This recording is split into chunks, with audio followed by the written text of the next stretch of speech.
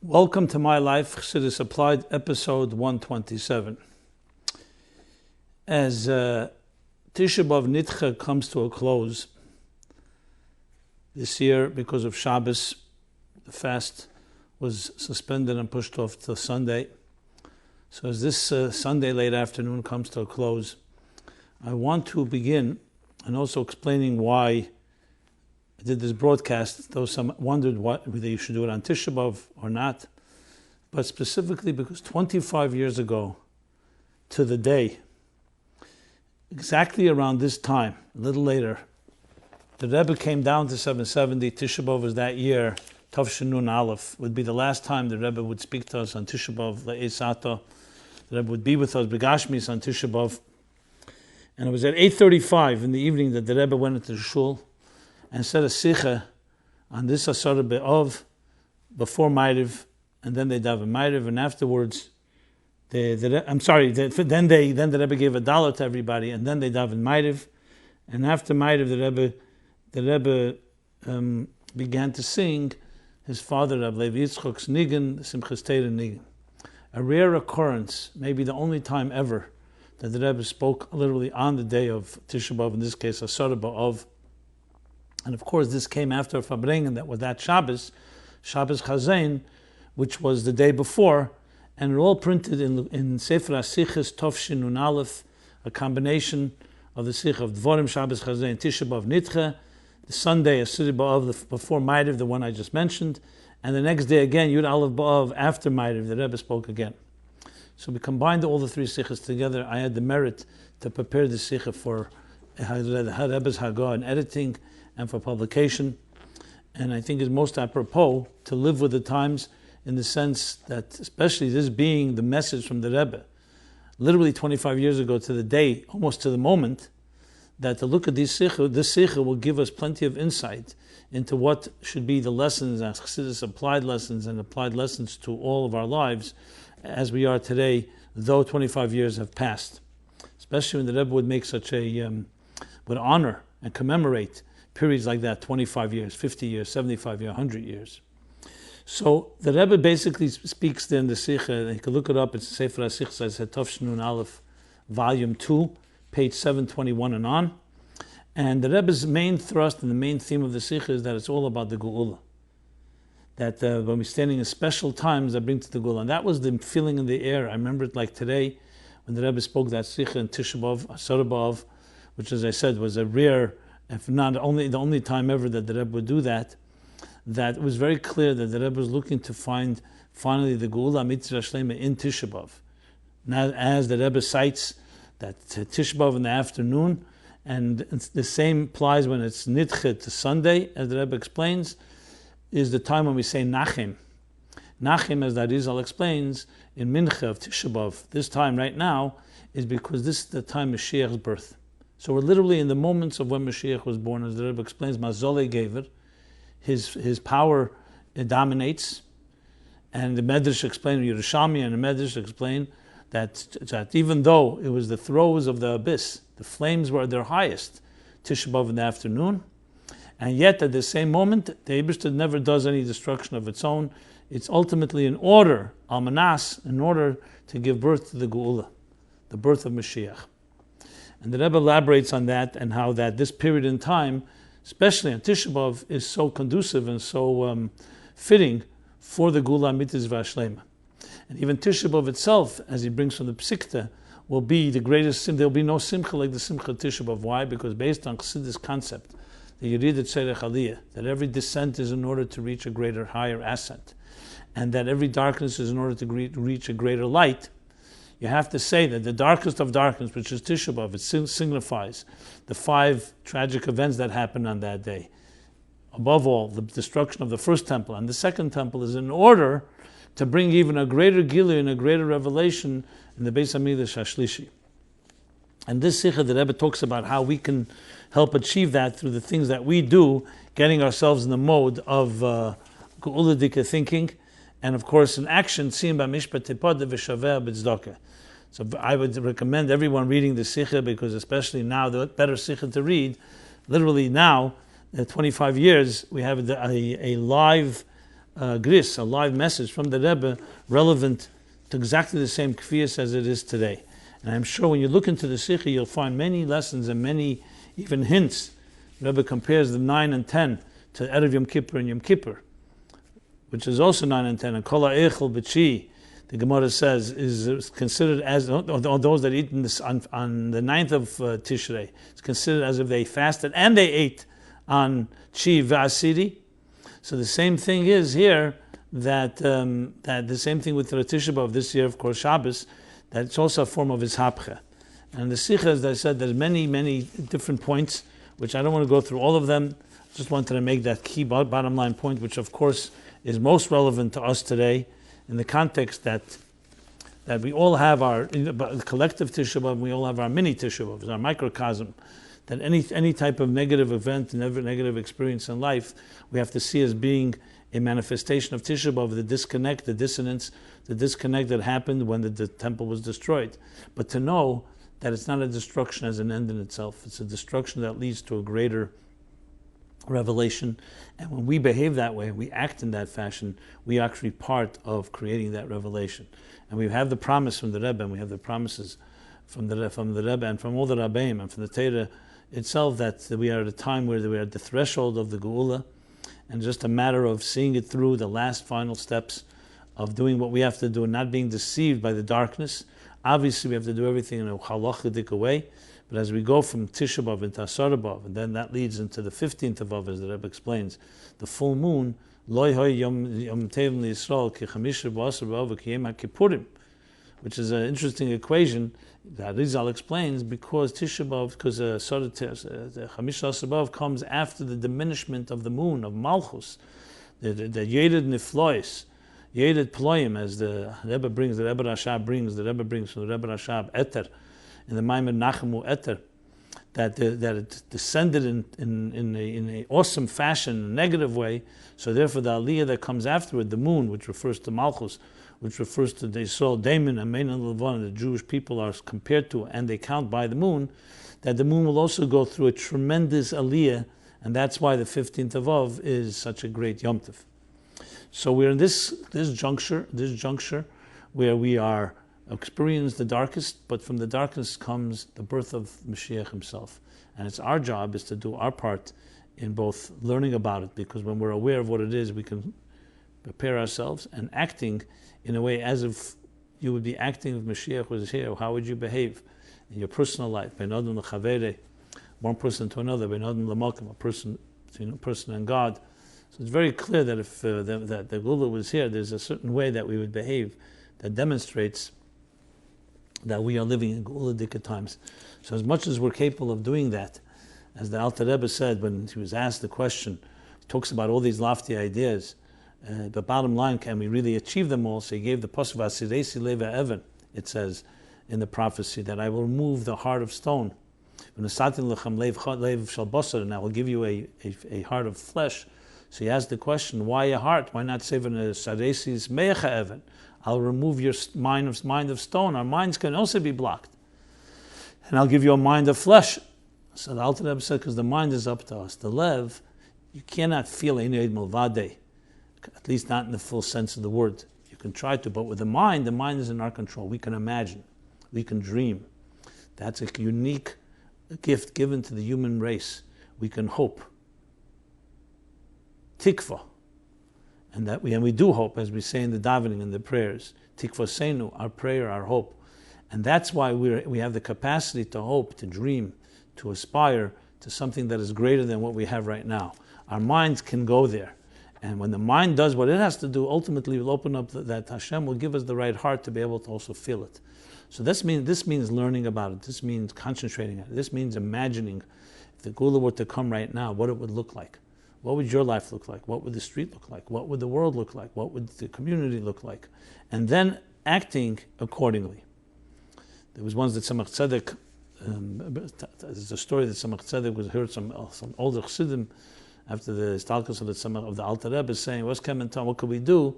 We have to wait that Mashiach will come. And Tzemach Tzedek was disturbed by that, and he told them that you're speaking the language of Bilam. Bilam Taka prophesies, as the Rambam brings, But Bilam was saying, I see, but not now. I hope, I aspire, but not in a close way. He says, that's what Bilam said. It's not for now. And we have to believe and we have to live as if it's now, if it's a present thing. And what are you doing? The immediacy, the sense of urgency. So Bilam Taka prophesizes, but he also added the Bilam tone, which is something in the future, a distant future. And you often hear about that. Geula, people talk about Geula. Good, it's a nice theory. It's definitely going to happen at some point. But the sense of urgency, the immediacy that the Rebbe conveyed in all his farbringers, in all the sichos, especially in those years, Nun Aleph, and especially in this Dovshin Nun Aleph, Tisha B'Av and Asara B'Av, and Yud Aleph of Sicha, that's what we need to create in our lives, a sense of urgency that it's now, and that we act on it as if it's a thing that's present, not just loy ata, loy korev, something that is in a distant future, but it's not immediate. The urgency and the immediacy is the key to live with it, and live with it by learning and by acting on it. And frankly, when you study and you understand what Geula Mashiach is, you see it's not such a, it's like, it's not that distant. It's something that it could be Korev, and it is Ata, because when you think of how the world has evolved, and today with technology and all the other signs that the Rebbe speaks about opening our eyes, you can see actual signs of a better world. Now, of course, with myopic vision, you can also see just the immediate. There are things that need correction. But in the bigger picture, if you think of the process, the Rebbe's famous Tshuvas B'Yurim printed now in Igros Kodesh Chelik Beis, Volume 2, where he describes, in responding to someone, the pratim, he wants to know about the details of Tchis HaMesim.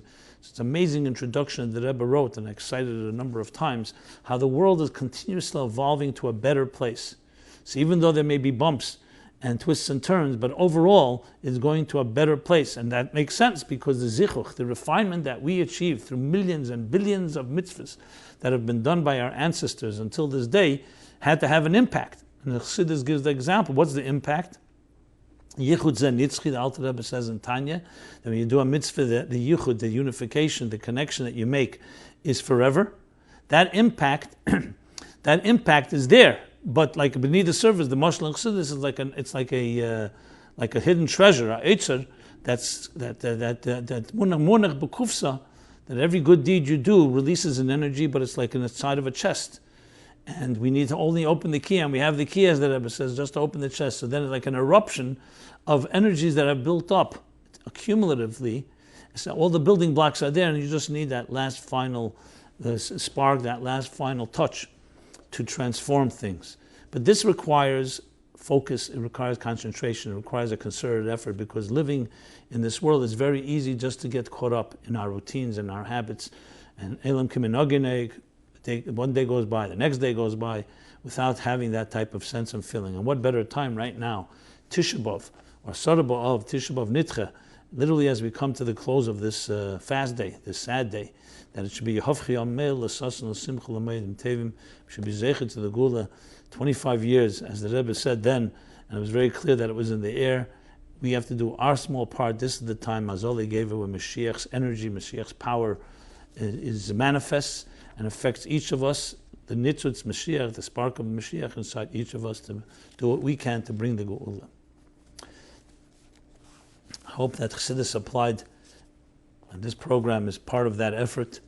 And I believe every time we take Chassidus and we think about it and we learn about it and we apply it to our lives, we've taught that Mashiach said to the Baal Shem Tov, when will you come? Baal Shem Tov asked, he said, so therefore the spreading of Chassidus and Chutza, like the Rebbe brings Chutza, that Tzemach Tzedek says Chutza is from Moichin to Midas, which is applying Chassidus to our personal lives. But then Chutza also goes from Midas into Nehi and into Malchus, into Machshava Dibur Maisa, thought, speech, and action. And then Chutza goes outside of you and influencing others. And finally, Chutza Shein Chutza Memena, that we reach everyone. It's all part of the Chutza. The word Chutza means anything outside of the inner domain. So anytime we do that and we make an effort to teach and learn Chassidus in an applied way, and we live by it, live by its teachings, and we apply those teachings, we're taking Teirosha Shel Mashiach, which is Mayonesecha. We're taking the Torah of Mashiach, is the Torah that we'll be learning L'Asad Lavi. In the future will be Pnimius HaTorah.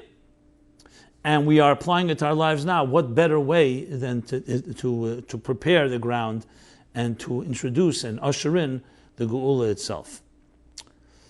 With that, let me read some feedback and go into some topics. Actually, Chassidus Applied some specific topics, questions that came in. We have follow-up questions. We have all kinds of interesting material to cover. So first, some feedback. Rabbi Jacobson, thank you once again. Words that put me in a better state in order to keep things going on our golden path. Thank you. In response to last week's episode where I spoke about in 126, about the question was asked about women, that we talked about the great divide, mechitza and so on. I spoke about women and men, and I'll talk about that more. So one person writes, many women are already sensing, and I spoke then that women in some ways are more sensitive to the Geula itself. So I spoke, many women are already sensing the changes that indicate the arrival of Mashiach. We are sensing that we are entering the higher dimension of timelessness. Time is a created entity in a higher dimension. There's no concept of time. No longer can we place ourselves in any particular season, and we can no longer discern what time of the day it is until we look at a watch. We are also no longer feeling fear when we hear of terrorist attacks. Rather, we experience a sense of calm and stillness. Particularly those who have been doing a lot of inner work and are more self-aware are the ones who are reporting the same findings and sharing notes. So take heart. Mashiach is already here. Sooner or later, everyone will begin to sense it too. Just continue doing the voida of Isapcha, making the physical into spiritual, by using all gashmis l'shem shamayim and with restraint. Mashiach now. Okay. With that, let me go into a question, which is a topic I did address back a while back, and that's the question about women learning and understanding Chassidus. So I refer you to episodes 53 and 122, and the question is, I know that the Rebbe encouraged women as well to learn Chassidus. The question is, can women understand Chassidus like men? Can they learn the deepest subject matters?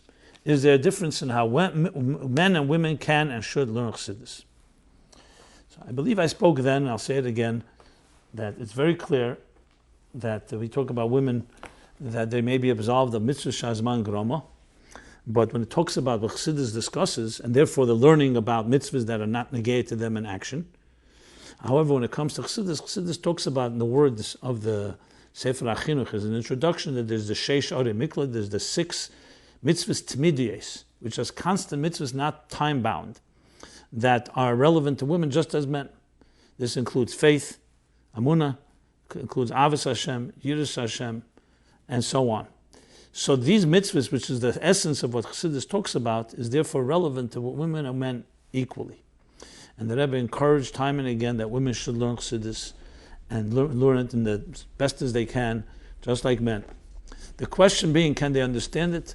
Absolutely, and I don't see any reason why not. First of all, it says, Bini Yeseda Nitna Bi'isha Yesim Bi'ish. So the Bini Yeseda. Bini Yeseda means Havana Vasog. It means to understand and comprehend. So Chachma is the spark of an idea. Even there it says Chachmas Nashim Bon Sabesa. Bina Yeseda. The question of Das we spoke back then in episode 122. But regarding learning Chassidus, you need to have Chachma, Bina, and Das. And even if you say Dait and Kala and all that we discussed then, this still doesn't mean they have to have Das. The bottom line is, understanding Chassidus, you could say Havana, Bina, the Maven Dover Meter Dover, and Bina also Ema Bonim Smecha, that it's like a Bina Liba, the emotional intelligence, which is so much part of understanding Chassidus, not just an intellectual concept. In some ways, you could say women have increased understanding on that level. Not to say they cannot understand abstract ideas, but the whole point of the abstractions of Chassidus is to bring it into Puyal. Now, just to demonstrate, this is in general, just to demonstrate this point, the Rebbe spoke a number of sichas. 3 times a year he would speak a sicha to the women. I mentioned a number of times that even though the language may have been a language that seemed deceptively simple, some of the deepest concepts of Chassidus were spoken about in those sichas and talks. I personally have taken out many ideas and material that we speak about in Chassidus Applied from those sichas. And in additionally, I want to point out a very fascinating letter from the Frierdiker Rebbe to a Mrs. Sonia Rosenblum, who was actually the older sister of the Rashag. Rashag is Shmaryo Garari, the oldest son-in-law of the Frierdiker Rebbe, the Rebbe's brother-in-law. So Sonia Rosenblum was his oldest sister. And you have a letter from the Frierdiker Rebbe in volume 1 of the Frierdiker Rebbe's Igris Kodesh. They approximated that it was written approximately Tofresh Ayin to Tofresh Ayin Hey. That would mean when the Frierdiker Rebbe was 30 to 35 years old. And the Sonia Rosenblum seems was born not much, was probably been a teenager, late teen at the time, approximately probably been 17, 18, 19 years old. And it's a letter to her, a deep letter on Chassidus. Well, he begins by saying to her that she writes to him about her not being satisfied and not being content. But the Frierdiker Rebbe goes into a whole analysis of what makes somebody not content. He speaks about a Baal Mechen and a Baal Midas, that a person can have Mechen, great intelligence, but still if they're a Baal Midas, man or woman. And nevertheless, they always are never satisfied because they want more. And he brings the famous Sikha in the Teira Shalom from the Rebbe Rashab about Eira Mashpia and Eira Makabel. The letter, we don't have the entire letter, but you could understand the general content. And from the way he writes and from the different allusions to the concepts of Chassidus, and you'll see the discussions, including abstract ideas in Mechen and Midas, what they really are, and how you understand in general phenomenon, as what is the root phenomenon, what is the so-called derivatives, you can derive and see from this how the Frierdiker Rebbe treated a woman who understands Chassidus. Now you could say some women are not capable of this. Well, some men are also perhaps not. But the point is that you see clearly that there's absolutely no prohibition, no limitation that a woman has in understanding and learning Chassidus in the deepest possible fashion. And I would argue that if the emphasis was put a lot more, as the Rebbe says, that they should learn it, we'd have a better world, better homes, better communities, and perhaps even better rushing the coming of Mashiach and Geula. Because a big part of understanding Chassidus, as I said, is understanding its application and understanding how it can make a better world. And women have that additional element, that additional munah, that additional garguyim, and yearning, which is all about faith and hope. The Rebbe brings from a drashim and sichos about how women have more munah in some ways than men. And garguyim, I remember a sikh, I think it was in the Nun Aleph maybe, where the Rebbe spoke about Shabbos Parsha B'Shalach, Shabbos Shira, why koil v'isha erva. Why? Because her koil, the song and a voice and singing is all about garguyim, yearning. And her yearning is deeper than a man's, and that's why it has to be done with more care and more sensitivity. Which explains why the Haftarah of Shabbos Shira is V'tasha Dveira, the woman's song. But regardless, women have an absolute equal role, and many ways can absolutely be better even in understanding Chassidus. It's case by case. There are men, obviously, this is not a discrimination against men, but to make it very loud and clear, this is something for everyone. In the letter that I mentioned from the Frierdiker Rebbe in Volume 1, page 96 of the Frierdiker Rebbe's letters, is another additional letter recently published in volume 16 of the Frierdiker Rebbe's, in the Miluim. They find new letters, and that's on page 144, where too you could see also the Frierdiker Rebbe, she complains about her not learning Chassidus all the time and not being able to follow. So the Frierdiker Rebbe writes to her as well in a short letter some advice in that regard as well. Just incidentally, or maybe it's not incidentally, when she passed away, it was Tovshin Lamed Daled, that Ashak sat Shiva for her in 770, and the Rebbe paid a Shiva call, and we have a Rishima from the Rebbe speaking to Shag. They don't speak about her per se, but it's actually a very interesting Rishima in general about reincarnation, Gilgulim, and other interesting matters. So there you have it. So there's no question about it, and especially in our day in preparing for the Geula, we have to do whatever it takes, the men and women with their special touch and their special gentleness and emotional intelligence should learn and teach their own families and their husbands and everyone they come in contact with Chassidus, which is our tool to the future. That's our key. That's our path into the Geula Mitzvah Shlema, well prepared, well armed, well trained, and well primed to what the Gilui of Geula Mitzvah Shlema will be like. Okay. Next question. Next question is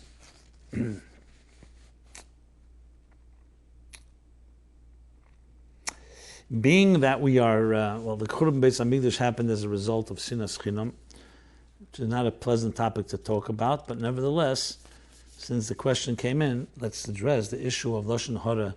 Is Lashon Hara really like murdering? As a speaking species, which means the Min HaMedaber, that's what we're called, we spend ample time communicating with each other. This can leave room for much gossip and Lashon Hara. Why does the Talmud compare Lashon Hara to murder? What does Chassidus say about Lashon Hara and its severity? Dear Rabbi, the Chassidus explain why gossip is such a grave sin. If we understand the deeper meaning in it, could it help us refrain from talking Lashon Hara? I'm trying to understand why Chazal made such a radical statement that Lashon Hara is compared to the 3 worst sins. Thank you very much for all that you do for us. So the Gemara is in Erchin Tezvav Beis, 15b, where it says the Lashon there is that Lashon Tlisoi, Kotel Tlisoi. The tongue of 3 kills 3. It's referring to Lashon Hara. You have an Ayem Yem, Yud Gimel Cheshvan. The Baal Shem Tov interprets this Gemara, as we learned the Erchin, that Lashon Hara kills 3. The way he says it, there's the Oistrachter, the one who came up with the Lashon Hara, the Tzela, the one who says it, and the Tzuhara, the one that listened to it. But in some places it indicates that the 3 are the speaker, the listener, and the person they speak about. The Rebbe in Likutei Sichos, Chelik Tezvav, page 32, Chelik 15, volume 15, page 32, speaks about why does it affect the one that they spoke about. He's not, because it brings out Aradam, he may have Behelim, and they bring it out to the surface. So that's the Yem Yem. Now, Lashon Hara is a Chazal thing, and therefore, a thing that Chazal emphasized with such strong language. So obviously, based on this Yem Yem, in various places, Chassidus talks about Lashon Hara, the idea of using your dibur, the gift we were given to speak, divrei kedusha, divrei teira, from the bartabam, to talk kindly to each other and kindly about each other, and to use that gift of speech for something negative is a killing element. So there are words kill, correct? Reputations are affected, and it's one of the worst type of things compared to murder. Now, is it physical murder? The Rebbe, the Baal Shem Tov says there, in that Yem Yem, now das is in levushim ruchnim v'das is shver v'ritzichi in gashmis. Lashon Hara kills levushim ruchnim, which means the outer garments. The spiritual garments. Which he's saying is in some ways it's more difficult than worse than murder. How could it be worse than murder? Api halach, it's not worse than murder. Obviously, murder is murder, because what it does is a damage that on a spiritual plane can be worse than murder. You're murdering someone's reputation. You're murdering how people look at that person. You're murdering the 3, not just one person, but 3. So we know murder. The Gemara says that when you embarrass somebody, so it's ozil sumke. Azul chivre and bas sumka, which means that when the Gemara puts it is that the red of his face is drained and he turns white. Hamal ben pnei chaveri berabim is the expression. Hamal ben pnei chaveri, you whiten someone's face, which means you make them go pale, and by causing them by embarrassing them, even though that's not per se Lashon Hara, but that's also considered a form of murder, because you're like drawing the blood out of them. And we know tzapen blut, which means drawing blood, God forbid, doesn't always mean physically. You can degase someone the yard, you can agonize someone, you can be a pain, you can cause them a lot of anguish, to the point that it's an ongoing anguish, which in many ways can be worse than the one-time murder. Now again, this is not halachic. We're not talking about Jewish law. We're talking about a principle that people who are bad-mouthed, and you talk badly about them, you're destroying a person. In this case, you're destroying 3 people. So Chassidus does talk about it. It doesn't talk about it quite like some people talk about the Chofetz Chaim and the Shmiras HaLashon, the famous story of the Rebbe Rashab. Not here's the place to go into it. But Chas v'Shalom, the Chassidus in any way minimizes. The question is how you approach it is by obviously filling your life up with speaking good things. When you speak good things, Pesach, a good mouth, Pesach, is the best antidote to Perah, which is Pareh. So the best antidote is to cause a person to be filled with positive talk about each other, ahavas, yisroel, and so on. So, I mean, hopefully nobody that's listening here has ever been spoken about Lashon Hara about them, but if you ask someone who Lashon Hara was spoken about, you can ask them how they feel about it, and you'll see, even though it's not murder with a knife in the stomach, God forbid, or any type of physical type of nidche, but it's a murder of a psychological sort that causes a lot of damage. And especially when it's persistent or more than once, it can really destroy a person's spirit and destroy their attitude and destroy their confidence, destroy friendships. And it's something that we have to be extremely careful in. I don't know if this is, you need me to say this, it seems obvious, but since the question came up, I'm focusing and emphasizing it, and it's based on these ideas that killing somebody doesn't always mean physical killing. Someone also means you can spiritually kill somebody. You can kill their spirit, their morale, and other aspects that make a person come alive. Alive being not just biologically alive, alive also means a life of joy, a life of significance, a life of feeling valued and honored. And as I spoke about in previous weeks, that there's the abuse and the assault on a person's dignity, on a person's personality, on a person's, by dishonoring them, by speaking negatively about them, is a form of killing the spirit. And as such, this was the source and the cause for ahavas. Sinas chinam was the cause for the destruction of the Beis Hamikdash, because when you cause a Jew such anguish, you cause your brother and sister anguish like that, in a way you cut off God also from our lives in the revealed way, and to lead to the destruction. Of course, the emphasis here is to correct it by speaking Lashon Tov and finding always positive things to say about somebody. Next time you have a temptation, control yourself and try to find something positive to say. As I mentioned last week, often the reason that people mock others is because they themselves are not doing what they should be doing, so it's easier, it absolves them from their conscience when they feel that others are also in the same boat. So much to say about this, but I think that will suffice for that. In that spirit, another question, not related directly, is ahavas yisroel to criminals. Are we supposed to love criminals? Should we show ahavas yisroel to child molesters, for example? Are there any exceptions to the commandment of ahavas yisroel? Is our unconditional love for every Jew supposed to extend to criminals? One extreme example is having ahavas yisroel for someone who has abused children. How is one supposed to feel toward that person, a fellow Jew? So, Tanya Perek Lamed Beis, the Alter Rebbe in his thorough way, speaks about ahavas yisroel to everyone. And at the end of the chapter, talks about tachlis sinas sinesim, which is a tzaddik that when David HaMelech says that he hates the drasha, so he explains what that means. Most important thing to remember, hate is not a kedusha dikamida.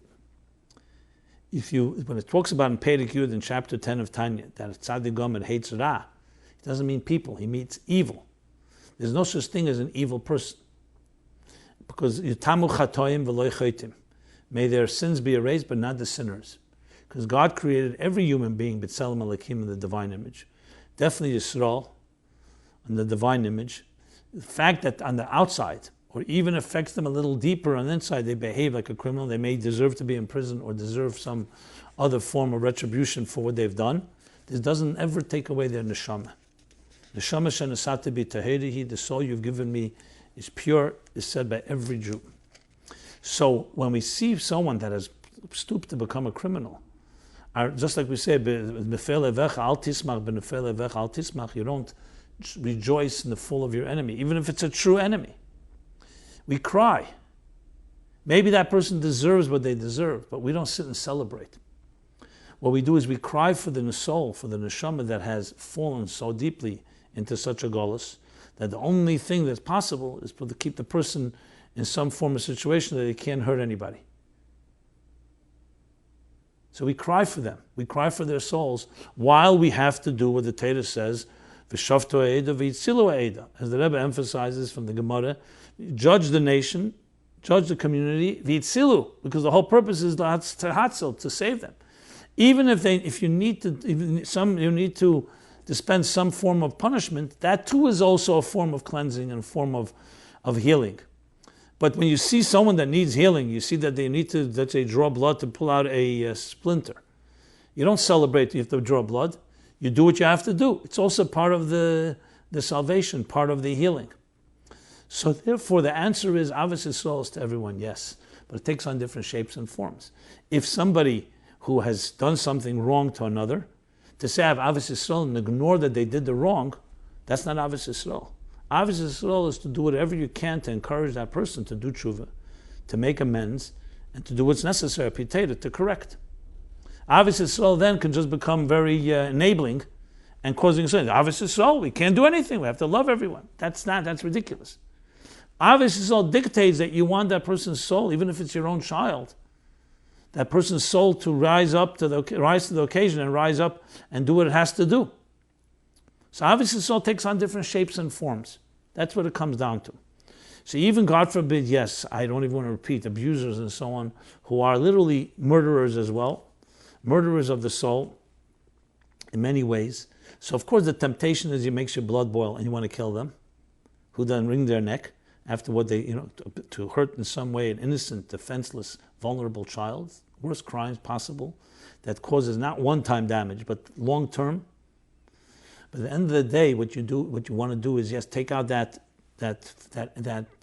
rage into doing something positive by either stopping that person, by getting them into some way of getting them help, definitely by helping the people who they hurt in the deepest possible way, helping them, taking all that energy, not ignoring, God forbid. You have to love that person. You love their neshama, even no matter how far they've fallen. But you don't love what they did, and you don't love them as they manifest in what they did, especially if they're in denial and ignoring it or denying it and so on, which only continues the crime. So Torah is not suggesting some naive turning the other eye on crimes. It's suggesting that love is never vanquished because there's always hope. If Moshe Rabbeinu had said to himself that look at the Jews who built a golden calf, they deserve to be completely banished, as God wanted to do.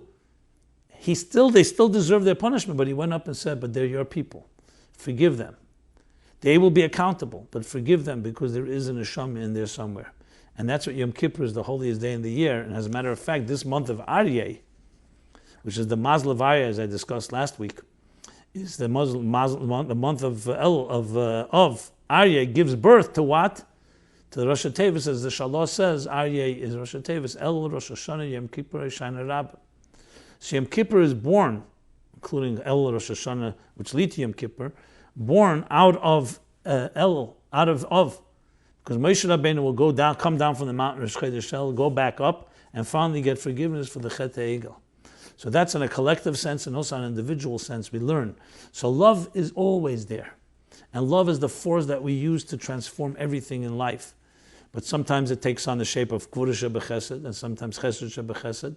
But these are all parts of love. So we don't stop loving, but we know where to apply the love and where not to apply it. You have to know what you're loving, what you're not. You're not loving the behavior. You're not loving the person who's behaving that way. But the person as a whole is a godly person. Whatever you can do, we have to do. That's the response to that question. Speaking about abuse, again, topics that are not comfortable to speak about, but how can we not speak about them? So I want to go over to the topic of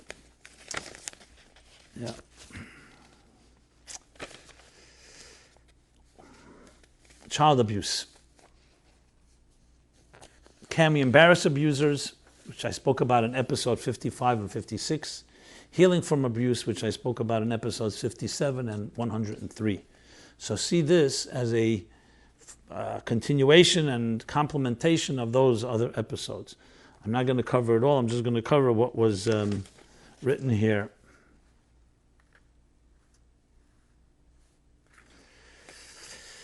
All the recent events of child abuse are very troubling for me. As a mother of young children living in a religious community in Eretz HaKodesh, in the Holy Land, I find myself often very caught up in thinking about it and living in fear. As of now, I don't let my daughters, who are 6 and 8 years old, to go to any friend's house if there's an older male, father's brother, for example, a father's brother at home. I'm also terrified of letting my 5-year-old son to go to shul. My first question is, what should I do about this fear, and is my behavior rational? The second question is, how do we as a community prevent abuse? I mean, first of all, I don't understand how these things happen. Don't the kids know it is wrong and tell the parents? How do I know we are protected? Of course, I talk to my kids from a young age about a few principles, such as being open with me and sharing everything with parents who will not judge them, only support. They need to be respected, and if someone makes them feel uncomfortable, they have healthy instincts and should tell, especially if someone ever tells them not to tell. And 3, their body is their own and no one else can touch them in a way they don't like. So having said that, I still feel that these incidents are rampant and still feel that I'm looking to the Rabbanim of my community to make a statement, i.e. that we will not stand for it, that we support the victims, will be open to listening and report any abuse immediately, etc. I feel that the Rabbanim need to lead the way, that the Hanhola should set policy to prevent opportunities.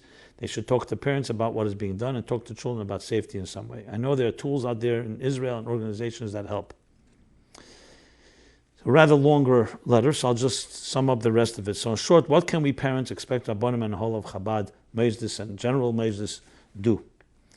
How can we bring it about? Or perhaps I am wrong and I just need to educate my own kids and to teach their own. But again, to eradicate the phenomenon, I feel people need to stand up loud and clear.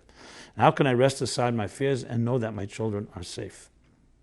If there are episodes that address I will be happy to be forwarded to the right ones. Also, if more appropriate, I would appreciate an answer even in person. Thank you very much. Okay, so I did refer to the episodes. I'll repeat them again, 55, 56, 57, and 103. And I believe there's even more. I don't want to go over everything I've said then, but absolutely zero tolerance and absolutely everyone that's in any position of any adult and definitely a position of influence in schools, in camps, in communities, in synagogues and so on, in shuls, has to speak out because it is a cancer that has to be eradicated completely because of its generational long-term impact. And this is something that can't be spoken enough, something that we're dealing with the next generation. If we don't protect our vulnerable and defenseless and innocent children, what have we accomplished? And it's something that has zero tolerance. I would say even more than zero, if there was anything more than zero. I've written about this extensively. I've spoken about it. I'm not saying this to toot my horn here. I'm just suggesting that I've used this platform as much as I was able to. Maybe I should use it even more. That's why I'm reading it again.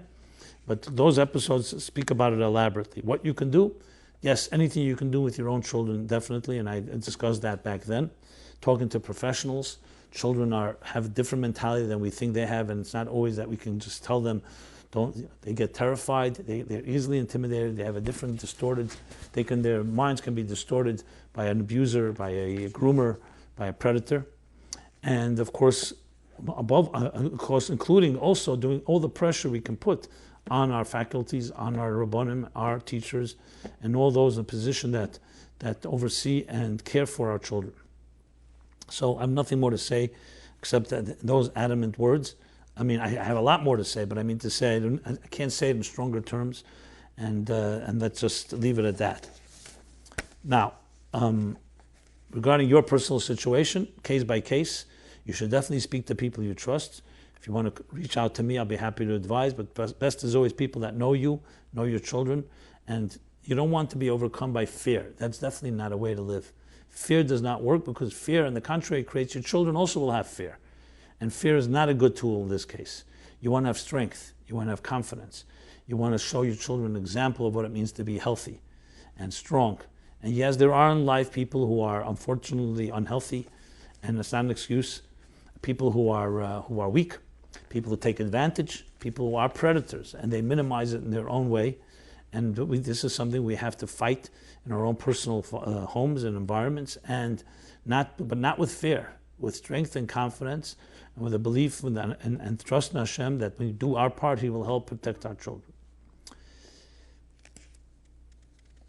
Another question, which I guess really belongs in the previous category, I'll just read it. I cut my ties with a fellow Jew for many reasons. I still feel he's a Jew and like a brother. How do I still love him even though we cut ties? As I mentioned before, even if I don't know why you cut ties, and let's assume it's for good reasons. But if it's not for good reasons, you should probably review it. And that may, whether that's the best way to have effect and influence on him. But if it's for good reasons and there's a reason to cut the ties, then we always pray for people, even if they are yitamu chatoim, as I said, that their sins should be erased, not the sinner. I've spoken about this a number of times, about honoring parents who don't seem to deserve honor. Even people who've done a lot of hurt to us. And it may be healthy for us to stay out of their way, and they should stay out of your life. Still does not mean you can't say a kapitel tilim for the person if it's a parent or a relative. But that doesn't absolve them, and it does not forgive them. It means that you're doing what you can do for their neshama if you feel it's necessary.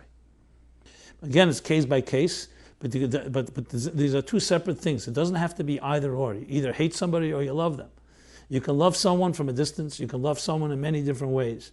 You want to make sure that hate does not become a product, because then you continue to be victimized by the person who caused you to hate. And hatred is a toxin that poisons us. It's not good for us. It has nothing to do with the person that deserves what they deserve.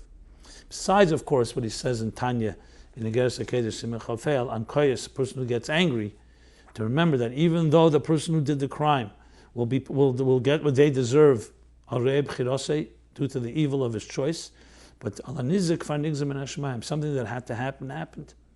And after the fact, we have to learn how to grow from it instead of just using all our energy in rage and self-destructive behavior. Okay. Next question. Let me see here. What order are we going? Bullying.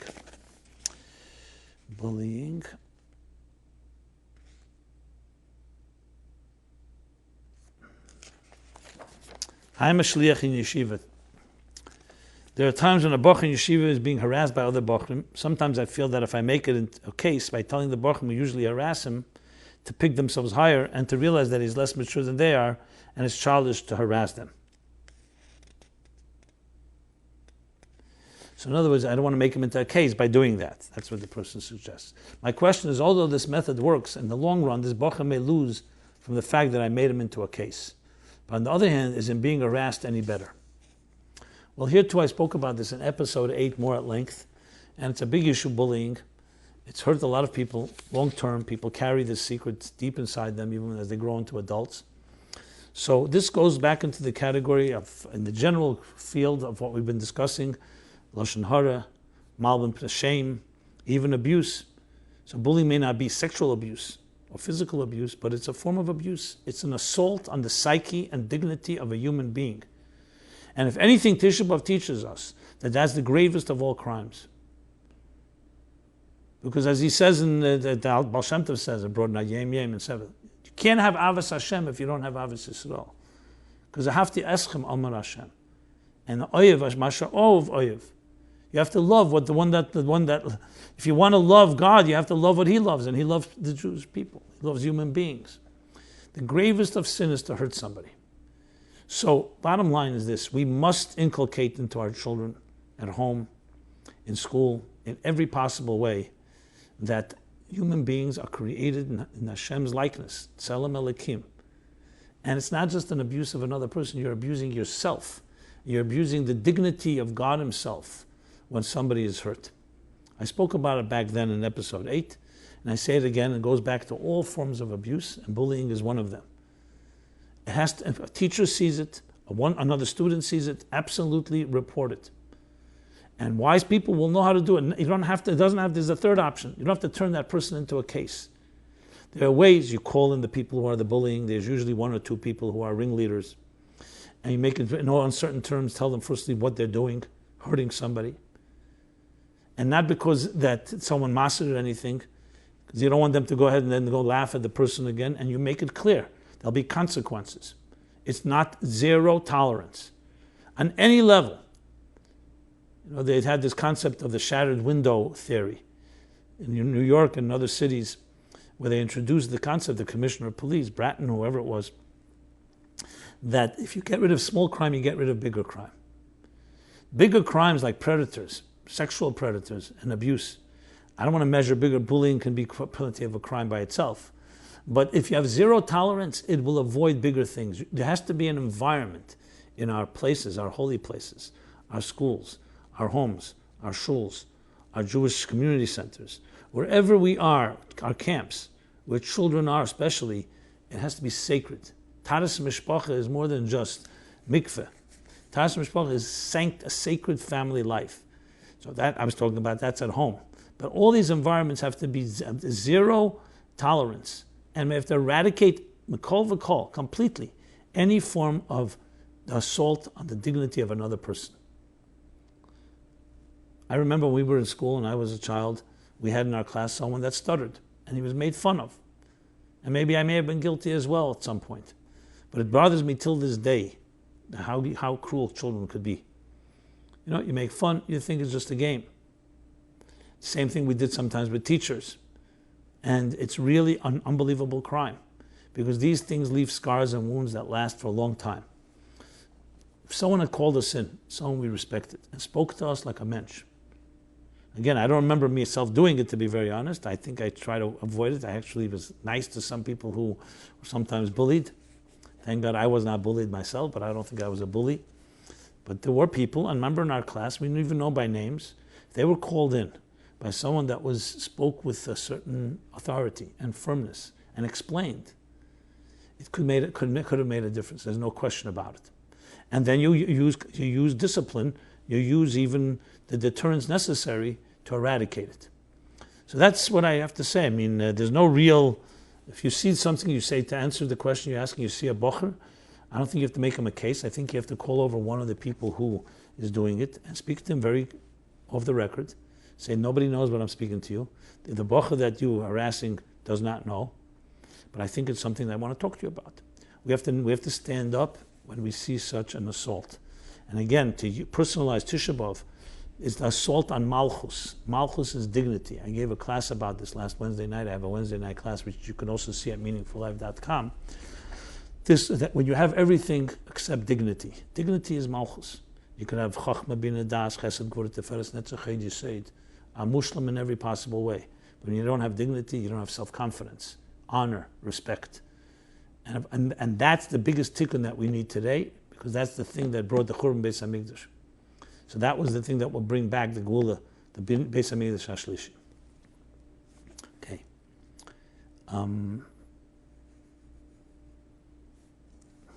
Now there was some follow-up on other topics, but you know what? I want to go over to the Chassidus Question. Let's see. Let's go through everything here.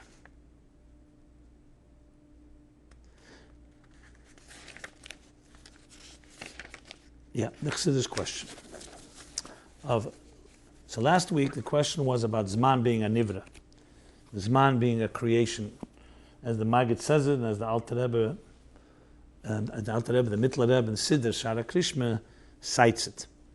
So I spoke about the three different answers we find in Kabbalah, in Svarim, you could say, starting with Rab Sadia Gaon, Rambam, and others, about the question, the nature of time, why the world was not created earlier.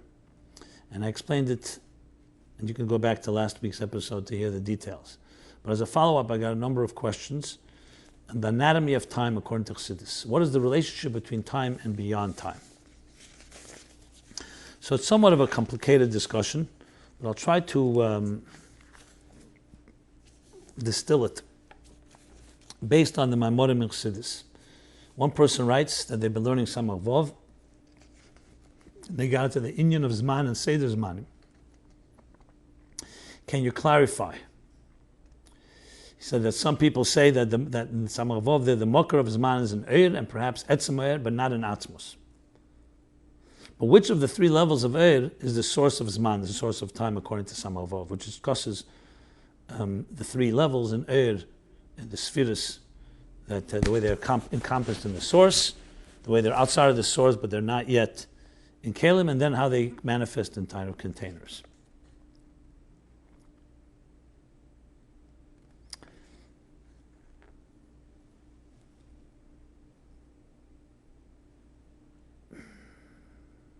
Okay.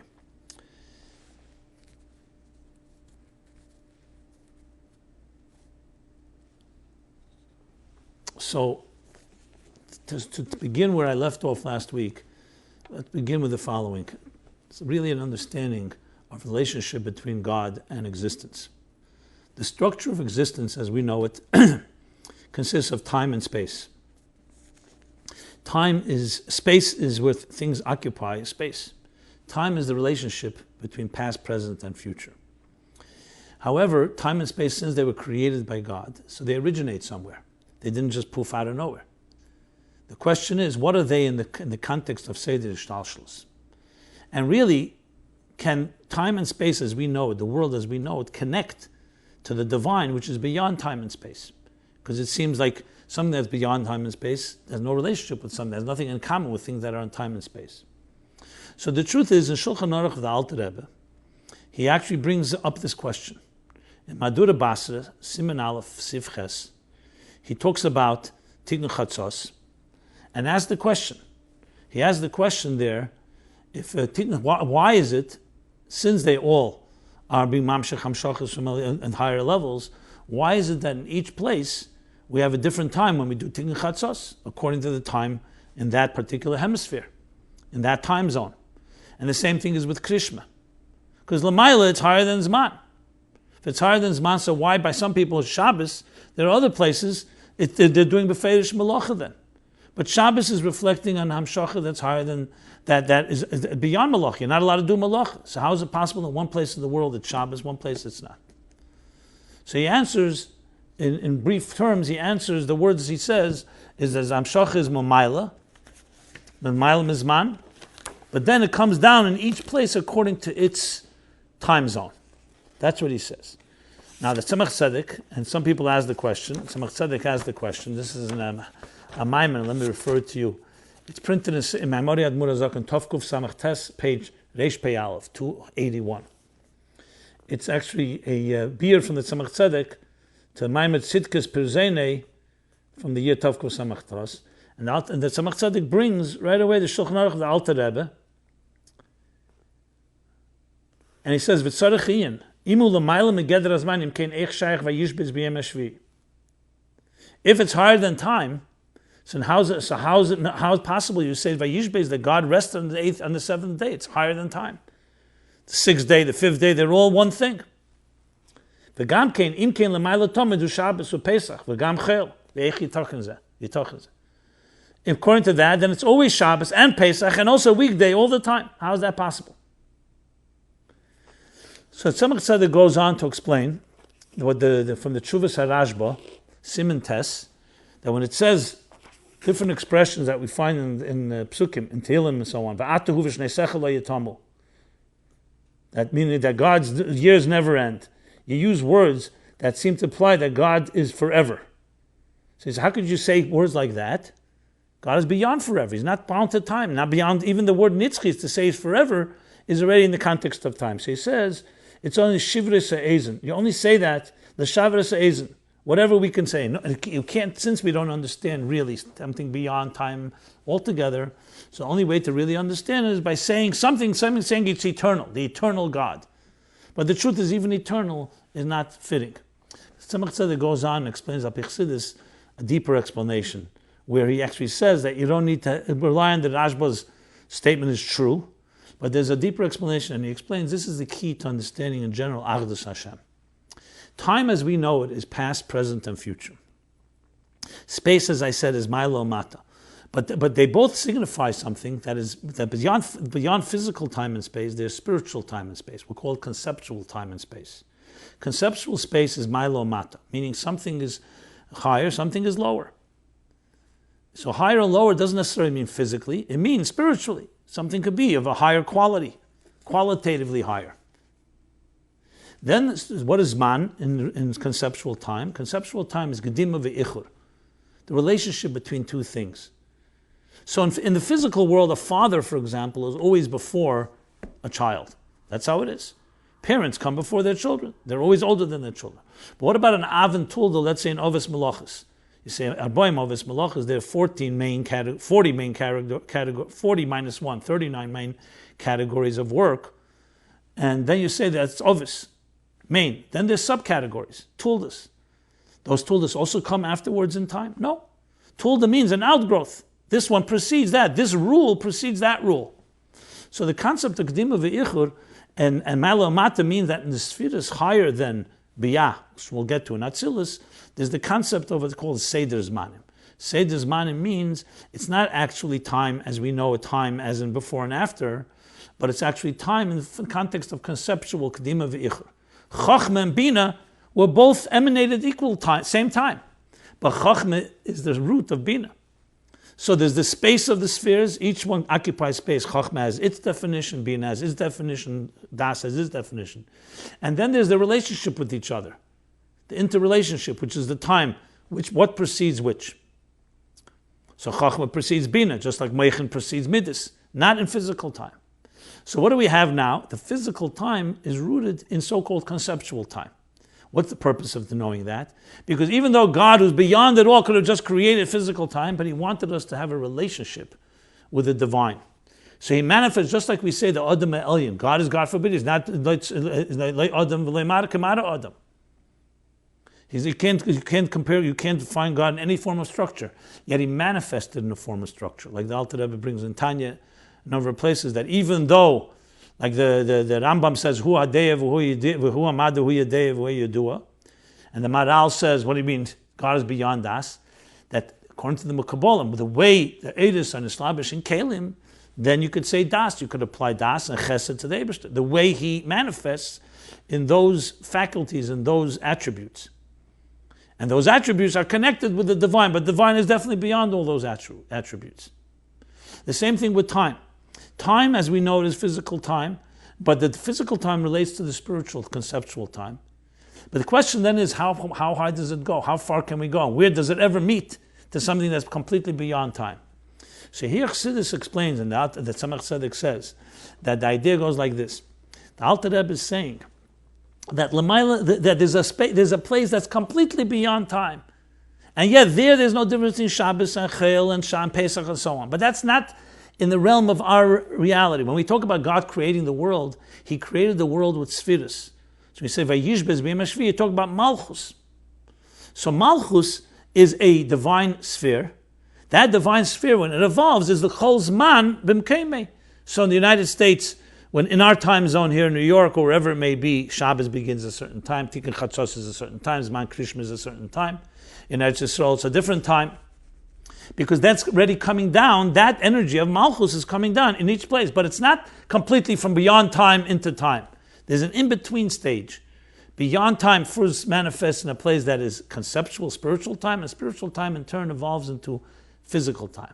But there's more levels. And Tzemach Tzedek there says that there's generally 3 levels, and he actually refers to a period of his own, on Beshalach, on Vayem HaMeshech, Lu Hayem, in Beshalach, Eira Teira Beshalach. I'll give you the source, and you can see more details there, page 3349, Beshalach, Eira Teira, page 631. And there, and he cites that in this Maimer Tovkov Samach Tes, that there are 3 levels of in Zman. He says one is Biyah, we have Mama's Zman, Yem V'Layla, day and night.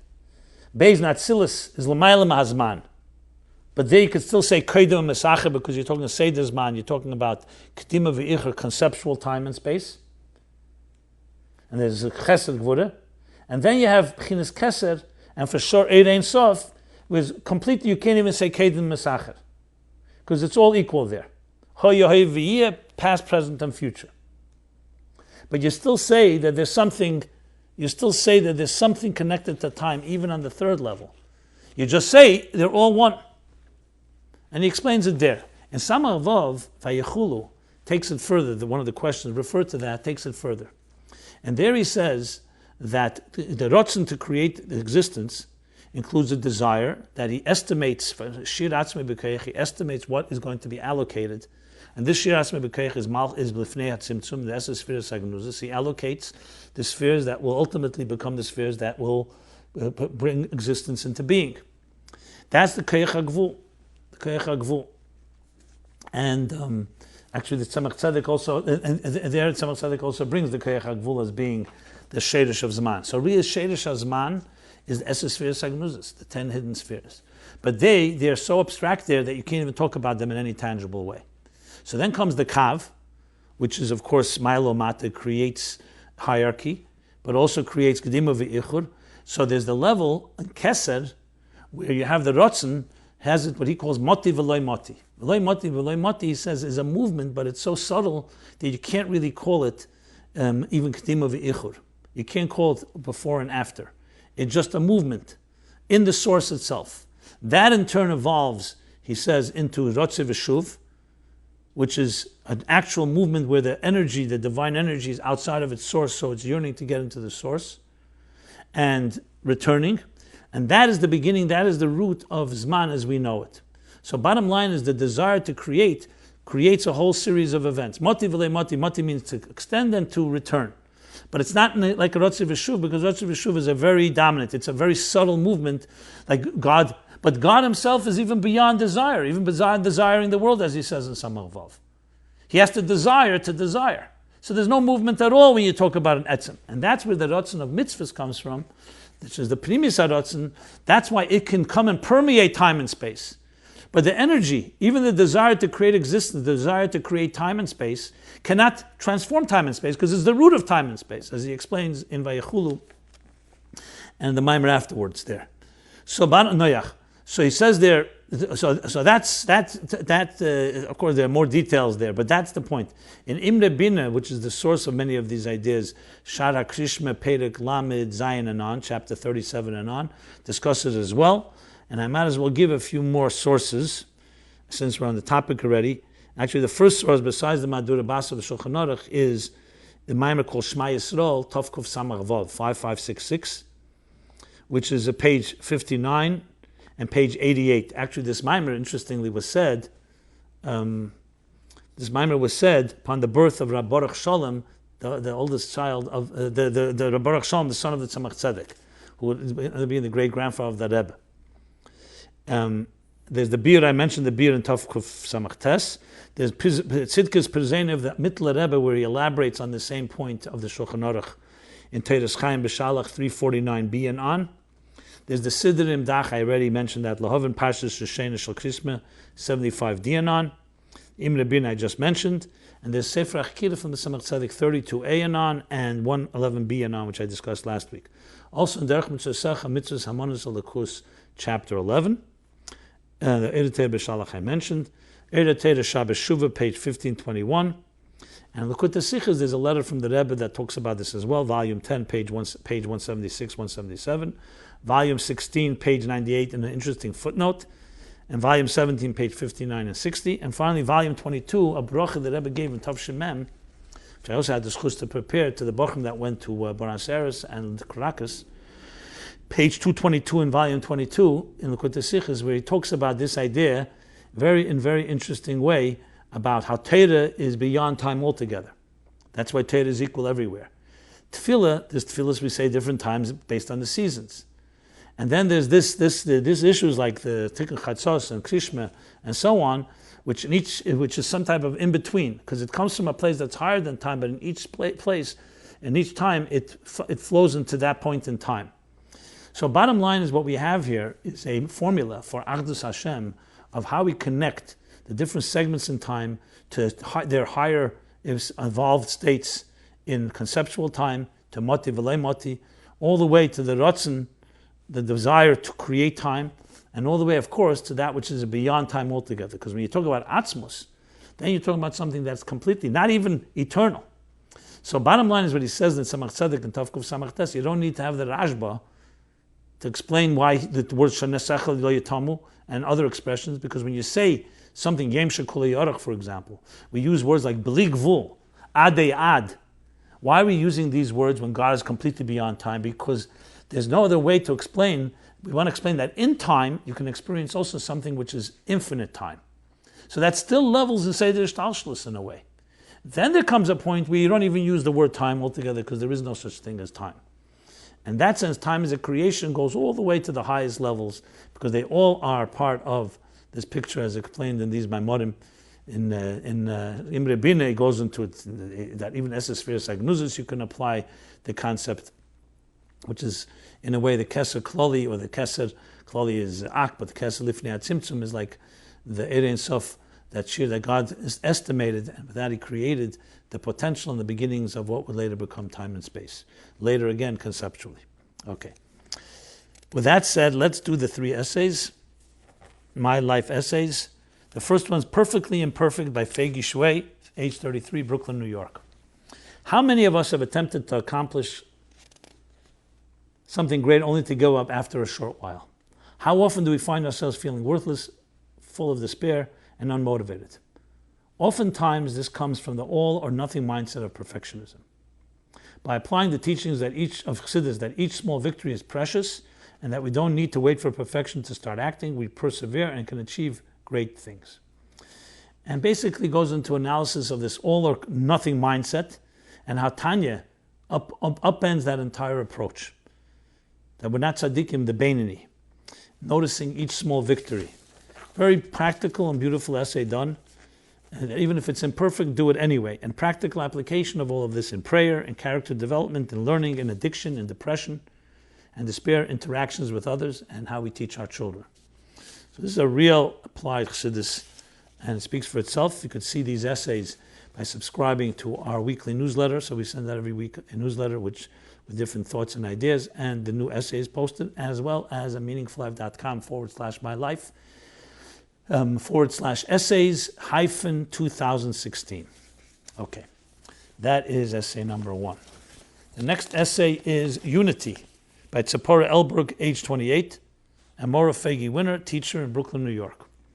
Unity, harmony, a concert, an orchestra, a thriving business, a flourishing school or camp, a lovely, functional family, a happy home, a successful organization, a friendship that lasts. What's the common thread that calls to and breeds success?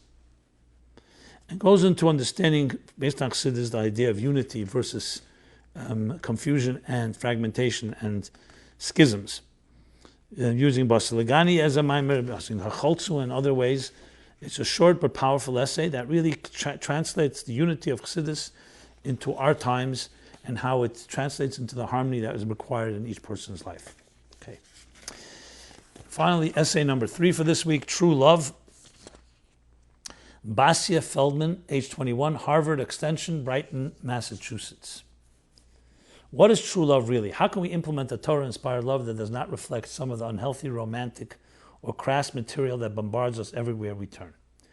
This is sometimes confusing yet very important question. What is real love? Not clouded by cravings for self-gratification or the need to fill up a nagging existential emptiness or the need to conform to society's expectations and mimic the external displays of affection that are so often misleading and contrary to everyday reality. It goes into Tanya Perek Lamed Beis, Tanya Perek Gimel, defining what does it mean to be a special person, what does holiness mean, and concludes with a discussion, a practical application by translating it into our lives, practical lives. Again, it's a short but punchy, but powerful, punchy essay. And with that, we conclude the essays of this week. And they all are wonderful and continue to apply Chassidus to our personal lives. So as Tisha B'Av is about to literally end, I reiterate what I said at the beginning of this program. The words of the Rebbe, 835 is when the Rebbe came out 25 years ago. And it was the middle of, and now it would be still in the middle of a sikha and followed by dollars. We recreate these events now. The Rebbe is speaking to us. These words live on and they resonate. That this is the time for Geula. Mashiach is being born. Mashiach is on his way. We have to increase in acts of goodness and kindness, as the Rebbe told the CNN reporter. And we have to take it seriously in a sense of urgency and immediacy. The Eibishter should help that our little effort, our big effort, and should to bear fruit. And finally, 25 years since the Rebbe said that Sikha, we should be Zeicha, that Mashiach on this Tisha B'Av, on this Asara B'Av, should be Nizgala and revealed and bring the Gula Amitis Vashlema with the Binyan Beis Hamikdash Hashlishi Mamish now. So until next Sunday, I hope the Gula will come before that. This was Chassidus Applied, MyLife Chassidus Applied, episode 127, and next Sunday. Look forward to see you 8 to 9 p.m. on this ongoing series of Chassidus Applied. Thank you.